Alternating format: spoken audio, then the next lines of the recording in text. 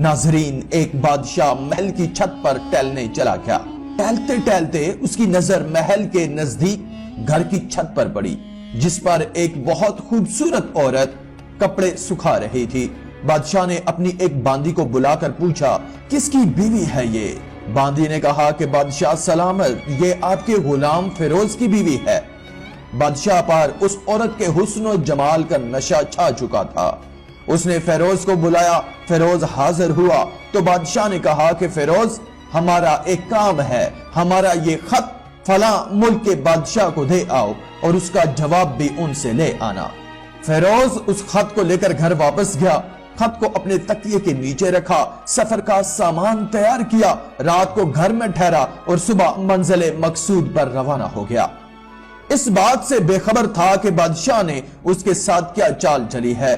ادھر فیروز جیسے ہی نظروں سے اوجھل ہوا، بادشاہ چپکے سے فیروز کے گھر پہنچا اور آہستہ سے فیروز کے گھر کا دروازہ کھٹکھٹایا۔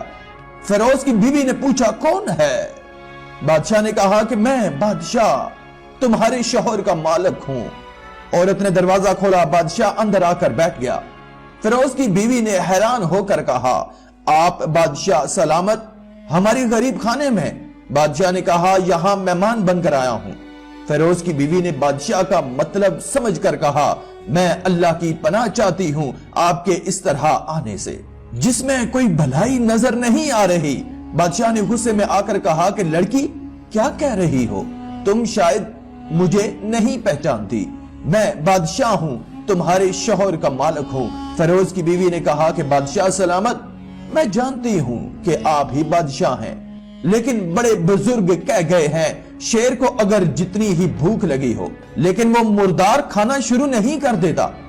اور کہا، بادشاہ سلامت، تم اس کٹورے میں پانی پینے آ گئے ہو جس میں تمہارے کتے نے پانی پیا ہے۔ بادشاہ اس عورت کی باتوں سے بہت شرمندہ ہوا اور اس کو چھوڑ کر واپس چلا گیا، لیکن اپنے چپل وہیں بھول گیا۔ یہ سب بادشاہ کی طرف سے ہوا۔ اب فیروز کو آدھے رستے میں یاد آیا جو خط بادشاہ نے اسے دیا تھا وہ تو گھر پر ہی چھوڑ آیا ہے۔ اس نے گھوڑے کو تیزی سے واپس موڑا اور اپنے گھر کی طرف لپکا۔ فیروز اپنے گھر میں پہنچا تو تکیے کے نیچے سے خط نکالتے وقت اس کی نظر پلنگ کے نیچے پڑے بادشاہ کے چپل پر پڑی، جو جلدی میں بھول گیا تھا۔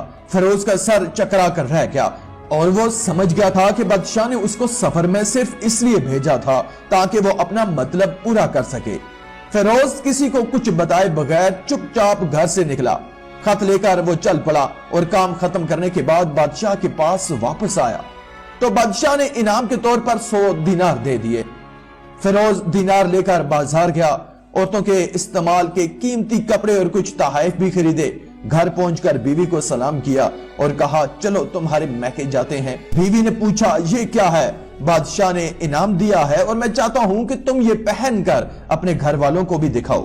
بیوی نے کہا، جیسا آپ چاہیں۔ بیوی تیار ہوئی اور والدین کے گھر اپنے شوہر کے ساتھ روانہ ہوئی۔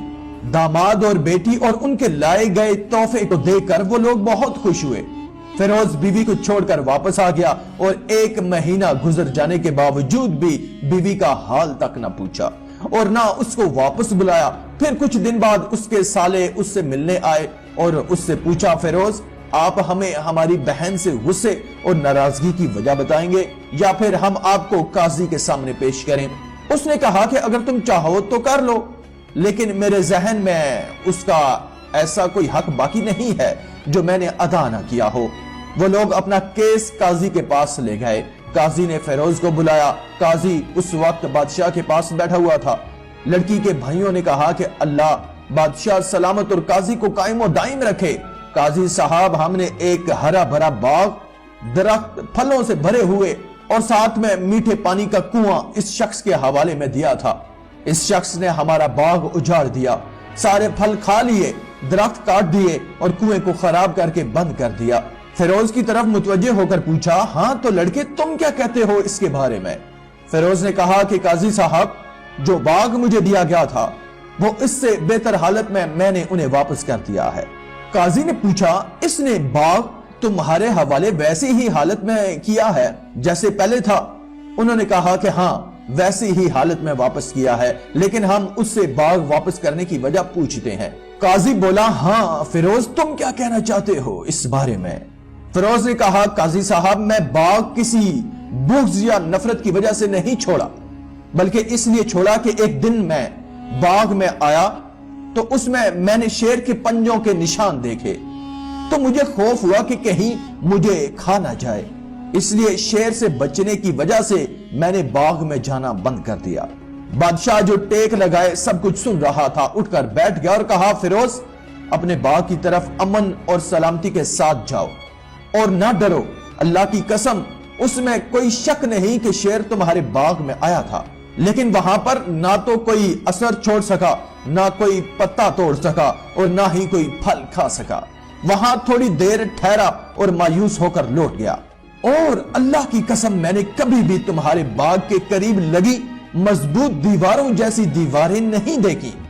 فیروز اپنے گھر لوٹ آیا اور اپنی بیوی کو بھی واپس لے آیا۔ یہ فیروز اس کے سالوں اور بادشاہ کی عقل مندی تھی کہ انہوں نے سارا ماجرا ہی مثالوں سے سلجھا دیا، اور نہ تو قاضی کو پتہ چل سکا، نہ درباریوں کو پتہ چل سکا، اور نہ کسی اور کو کہ آخر ماجرا کیا ہے، یہ کس بارے میں بات کر رہے ہیں۔ کیا خوب بہتر انداز ہے اپنے اہل و عیال کے راز چھپانا تاکہ لوگوں کو پتہ نہ چلے، اپنے گھروں کے بھید کسی پر ظاہر نہ ہونے